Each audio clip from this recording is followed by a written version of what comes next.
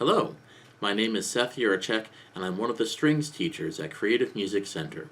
In this video, I'm going to be showing you how to tune your orchestral string instruments at home. Traditionally, beginning string students didn't have to worry about learning how to tune their instrument. It would be sufficient for their teacher to do it at their lesson each week, or if worst came to worst, I'd tell one of my students to bring it into the shop and have an employee there take care of it for them. However, with the health concerns these days, you're probably not seeing your teacher in person, and the employees at the store can't handle an instrument that you've brought in from the outside. That means that as soon as you rent an instrument, you're going to be responsible for keeping the strings in tune enough to play on.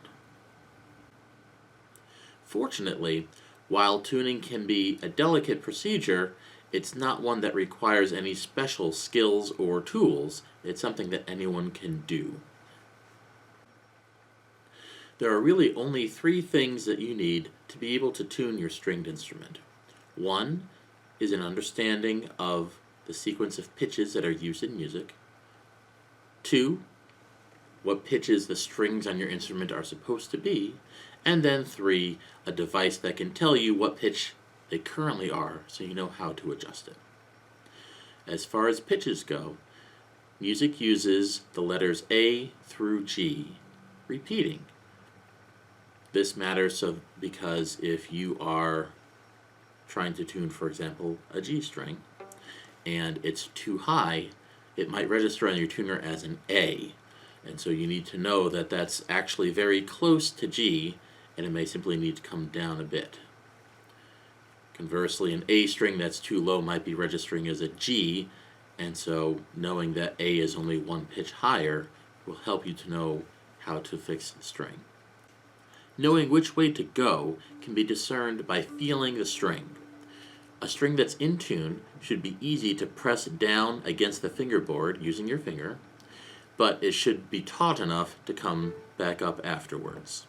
So if the string feels that it's quite slack, or it's visibly loose, then you know it's too low and it will need to be tightened. On the other hand, if the pitch that you're looking at could be one that's too high for the string, for example, a G string that's registering as an A, and it feels like the string is already taut or becoming difficult to push on, then you don't want to tighten it any further because that's probably too high for what the string is supposed to be.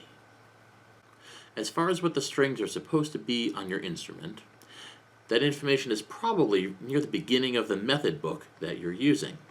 And if not, it can certainly be found with a quick Google. But for reference, here they are. On the violin, the strings are from thinnest to thickest, E, A, D, and G. On viola and cello, that would be A, D, G, and C. The last thing you're going to need is a tuner that tells you what pitch your strings are currently producing. There are several different styles of tuner available. Snark makes a clip-on tuner that's perfect for students who are going to be in an ensemble setting. It will clip directly to your pegs or your bridge, and it has a display that faces you. And it picks the sound up directly from your instrument, so you won't have to worry about getting interference from other people playing in the room. If you're not going to be playing in the same room as other people, I would suggest getting something that you can put in front of you onto your music stand or your desk and see the display while you're playing the instrument. Those are sold both as freestanding tuners, made by a number of different manufacturers, or you can get an app on your cell phone, and those apps are available on every OS for smartphone and tablet. When you're playing a string for a tuner, your goal is to produce a clear sound that your tuner can hear well and accurately display for you. So you want to play a long, steady note.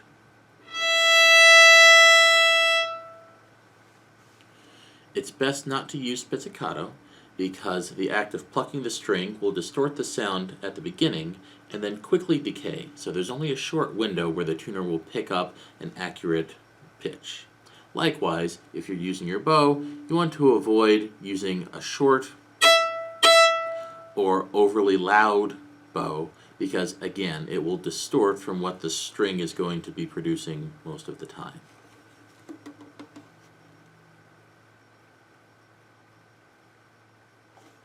Whatever style of tuner you're using, you're going to have a generally similar display.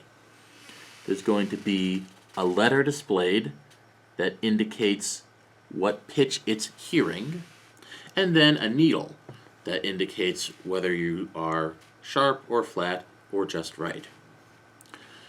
What I generally tell my students is that center area that's bracketed by the colored marks is good enough to be in tune.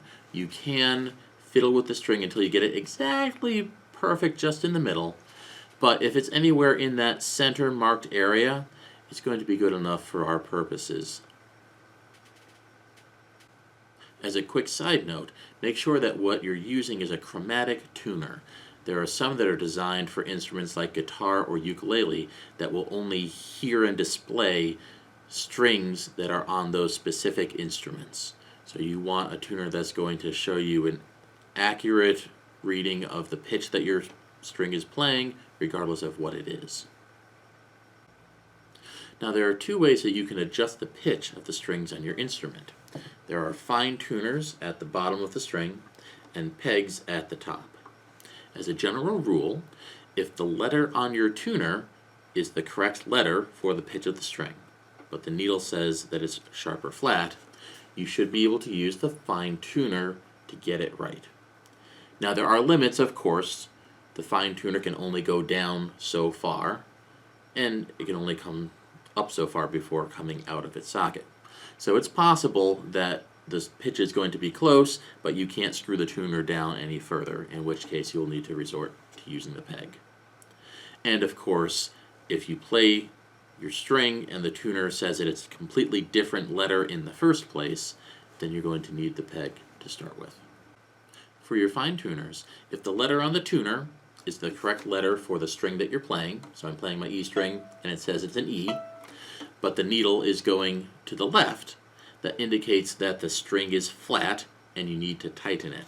So you would turn the fine tuner to the right to tighten it. Conversely, if it says that it's an E but the needle is going to the right, then it's too sharp and I would need to loosen it a little bit. And just turning a little bit on here and checking again is fine. You can't really hurt anything with your fine tuners.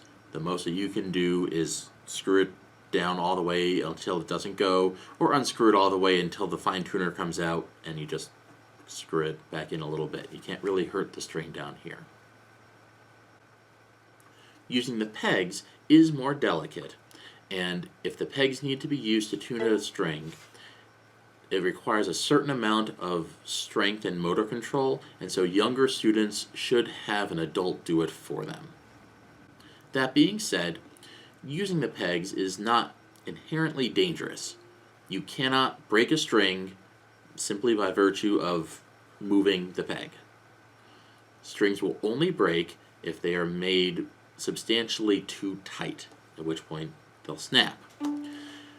There are cases where a string can become sufficiently old and worn that it's in danger of snapping more easily, but most of the time you can see if that's the case. You'll see that there's a section of the string that's worn through or starting to fray. The most important rule when using a peg for one of your strings is to only move in very small amounts at a time. I'm going to play my G string, and then I'm going to move it just this much. And that produced a half a step difference in the sound. So you should never move the peg more than that at a time before checking your tuner again. That is the biggest cause of accidents that I see with people trying to tune their instrument and a string snaps. It's because they grab the peg and they turn. Even turning a half a turn on a peg is a huge amount for your string. So turn a very, very small amount and check it again right away. The second rule is to do what I just did. I'm adjusting my G string, and the first thing that I did was I loosened the peg by turning the top away from me to make it flatter. It doesn't matter that you're normally going to be using the pegs because your strings are flat and need to get higher. You should always release the tension on the string and in the peg box by flattening it first and getting that wood moving in that direction, which is safe. You can't hurt anything by loosening the string that way. So at this point, I've loosened the G string that I'm going to tune. At this point, I usually do pluck it because we're not concerned with how finely accurate the tuner is right now when we're dealing with a degree of difference in pitches. So you can see that right now my G string is an E, which is several letters below G, which means that I need to tighten it. I'm going to turn the peg with the top moving towards me to tighten the string, and I'm going to do it very small distances at a time before I check it again, thusly. You can see that's already brought it up to an F.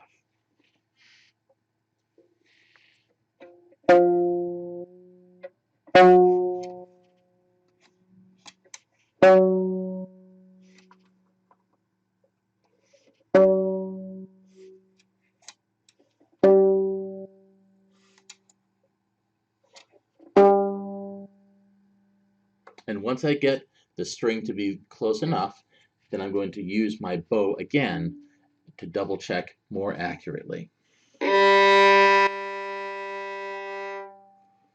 And you can see that it's within those center brackets, which means that it's good enough for us to use. When you're tuning with the peg, you want to be pushing the peg inward toward the peg box while you turn it, almost like you're screwing it in as you turn. To that end, you want to have your hand bracing the peg box or have it pressed against your body so that you're not just applying pressure directly to the neck while you turn. This helps to wedge the peg into the holes while you're turning it so that it will stay in position once you let go. If you find that you're tuning a string and you get it up to where it needs to be, you let go and it unreels, you need to be pushing it in, trying to wedge that peg in more. The last thing that I'm going to mention is you should be checking the tuning of your instrument daily or several times a week. And as you tune the strings, especially by using the pegs, you want to occasionally take a look at the bridge. Turn the instrument sideways and look at the bridge. And this should be coming up vertically from the surface of the instrument. Over time, as strings loosen and get tightened again by the pegs, the bridge is eventually going to shift and start becoming crooked.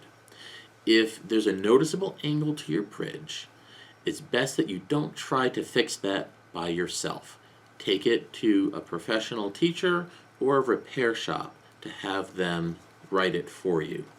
It's not an immediately dangerous thing, but as the angle decreases, it can put pressure on that bridge in the wrong direction that the wood's not designed to handle. And trying to move that yourself is quite delicate, and the bridges are rather expensive to replace. So it's best just to have a professional take care of that for you. Aside from that, that's really all that you need to know to be able to tune your instrument at home. If you have any questions, ask your teacher or contact Creative Music and ask for advice. Thanks for watching.